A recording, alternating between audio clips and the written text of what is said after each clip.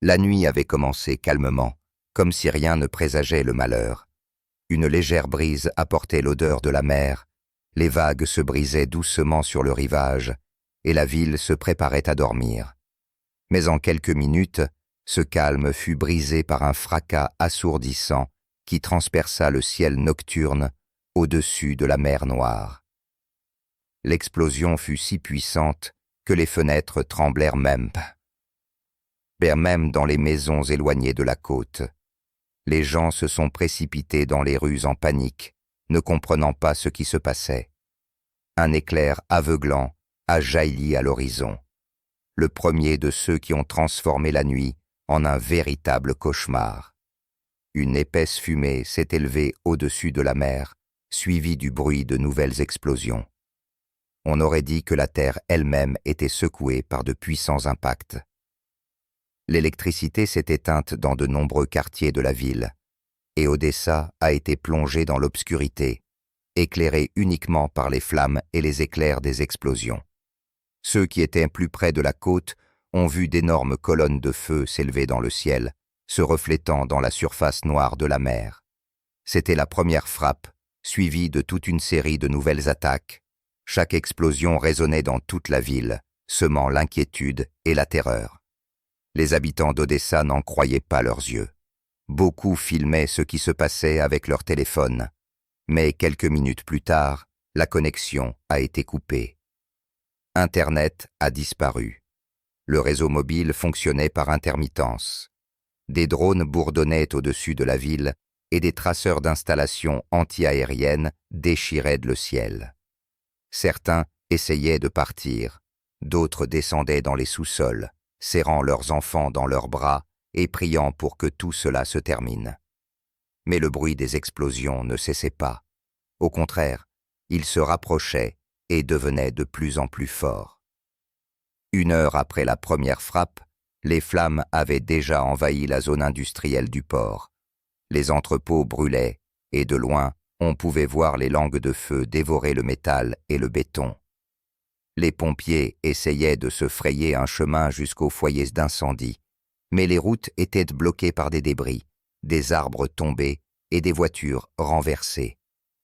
Une odeur de brûlé se répandait dans toute la ville, et un épais écran de fumée planait au-dessus de la mer, à travers lequel même la lumière de la lune ne perçait pas. Pendant ce temps, de nouvelles explosions se produisaient dans le centre-ville. Des témoins ont raconté que le ciel était littéralement en feu, et chaque impact était accompagné d'une onde de choc qui faisait trembler les murs. Les gens étaient assis dans des appartements sombres, serrés les uns contre les autres, et comptaient les secondes entre les explosions. Il semblait que la nuit ne finirait jamais.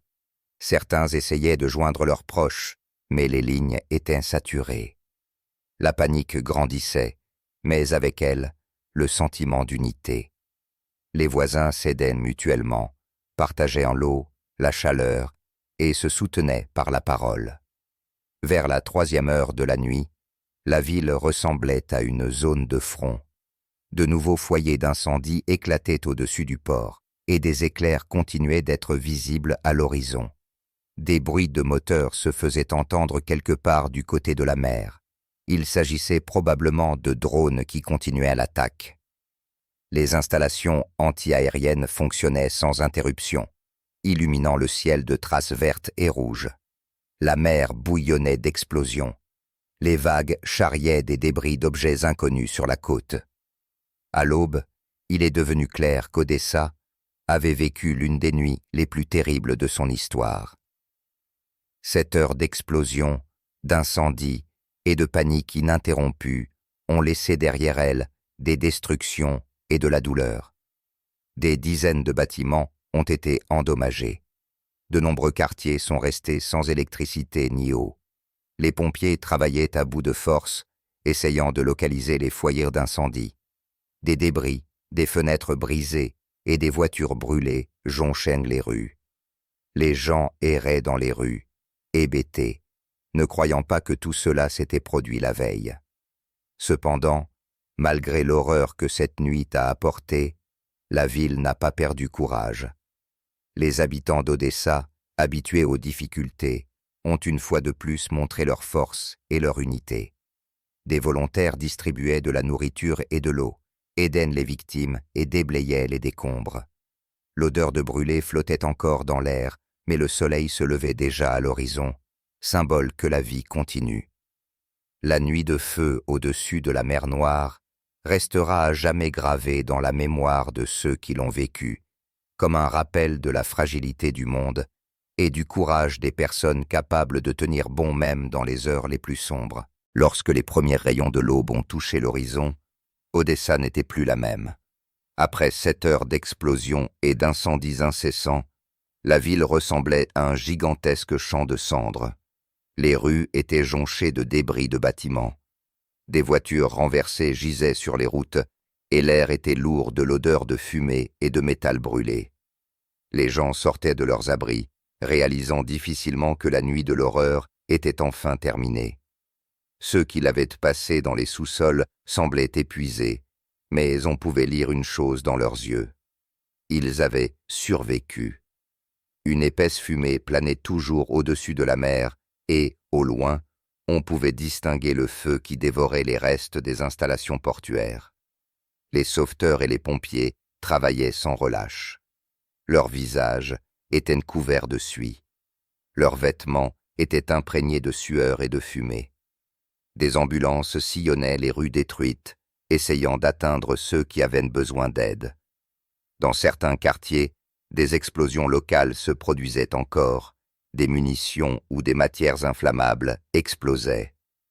La ville résonnait de sirènes et des drones la survolaient, enregistrant les conséquences de l'attaque.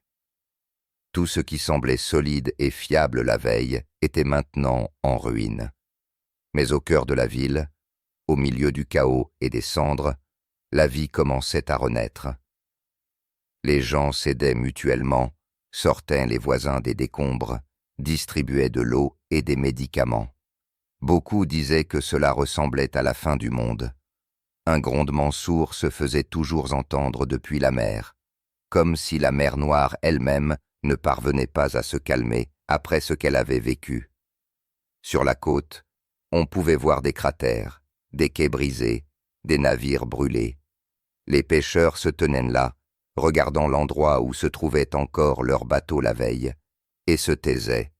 Ils n'arrivaient pas à croire qu'en une seule nuit, leur vie avait changé, au point de devenir méconnaissable. Les anciens combattants, qui avaient vécu des guerres, disaient qu'ils n'avaient jamais vu une telle ampleur de destruction. À midi, les premières communications ont commencé à être rétablies dans la ville. La connexion fonctionnait partiellement et les habitants se sont précipités pour connaître le sort de leurs proches. Des bulletins d'information succincts étaient diffusés à la radio. Le nombre de victimes augmentait d'heure en heure. Les médecins installaient des postes d'aide temporaires directement dans les rues. Les volontaires apportaient de la nourriture, de l'eau, des vêtements chauds. Malgré le choc et la fatigue, les gens se sentaient forts.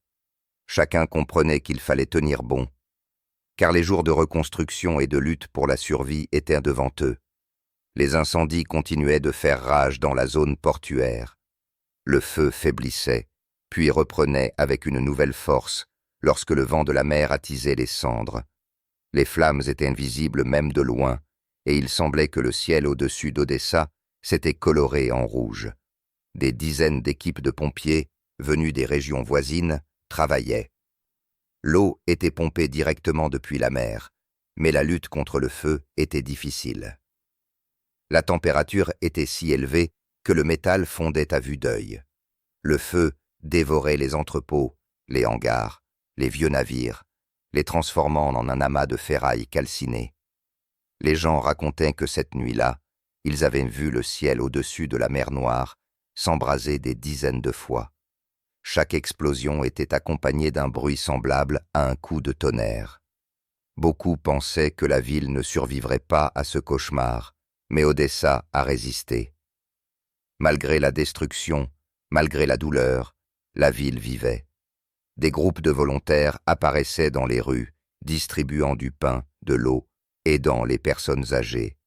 Certains habitants, dont les maisons avaient été épargnées, ouvraient leurs portes à ceux qui se retrouvaient sans abri.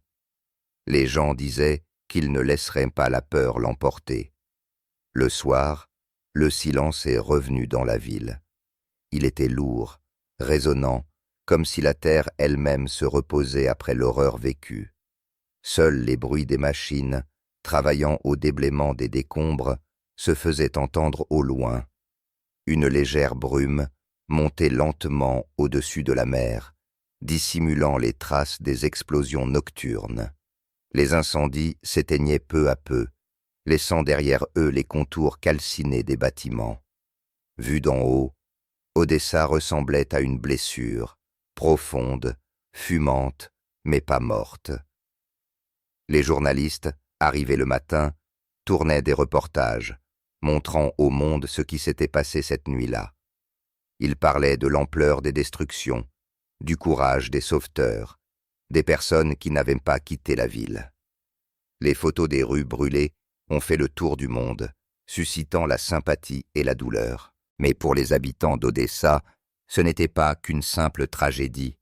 C'est devenu un symbole de leur résistance. Lorsque le soleil s'est finalement caché derrière l'horizon, des lumières se sont rallumées au-dessus de la ville, non pas à cause des explosions, mais à cause des lampadaires et des bougies que les gens allumaient dans leurs maisons. C'était comme un signe discret d'espoir.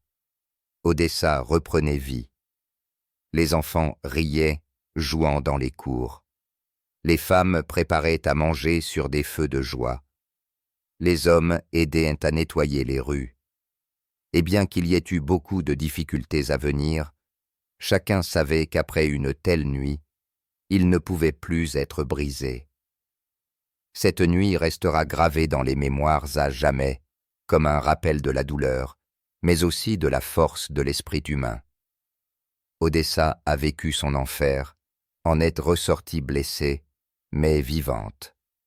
Et comme la mer, qui retrouve toujours son calme après la tempête, la ville se relèvera certainement.